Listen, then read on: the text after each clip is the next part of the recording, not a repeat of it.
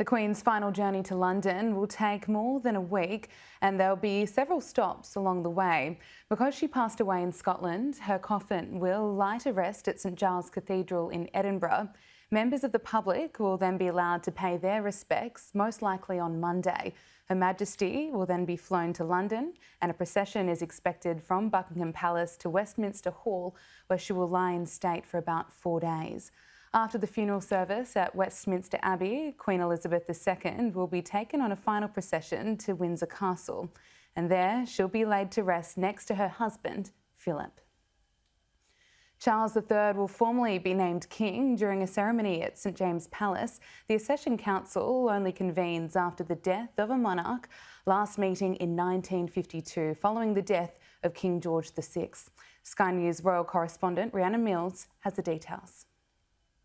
This juxtaposition really that we're going to see throughout the week, where you have a country, a family, a world mourning the death of a much-loved monarch.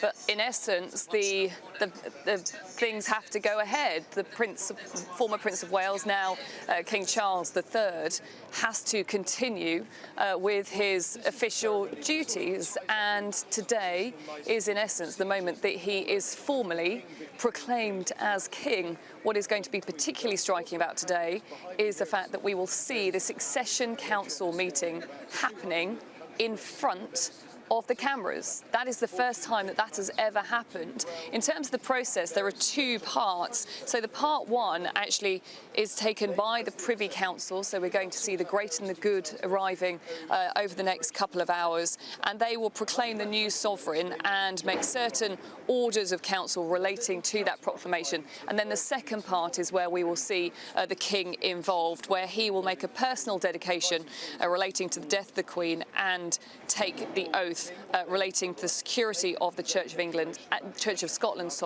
as is required. So this is going to be a hugely symbolic moment. It is, in essence, the first major ceremonial event after the death of the Queen, and the new King Charles will know that he will be there in front of the cameras making that oath and proclaiming that he again will serve this country as king.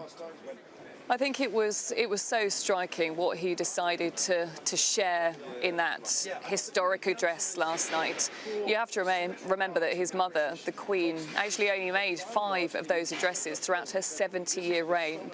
So this was a clear moment from him where he could address the nation for the first time. And I think you had 2 things at play. First of all, clearly, a son who is deeply mourning the death of his beloved Mama, but also a man who wanted to clear up a few issues ahead of the start of a historic week, making sure that we knew that Camilla was going to be Queen Consort, telling us for the first time that he had gifted his son, Prince William, with that title of the Prince of Wales, and subsequently his wife Catherine with the title of Princess of Wales. And after that, we were told by a royal source that Kate is very aware of the enormity of that title, but looks forward to forging her own path and shaping that role in her own way. Of course, he talked about his deep love for Harry and Meghan. But also, I think what was very important is he stressed, and this is a man who over the years has been criticised for maybe being too political, not neutral enough. He stressed his commitment to the constitutional processes in this country. In essence, making it clear he does not intend to be a meddling monarch.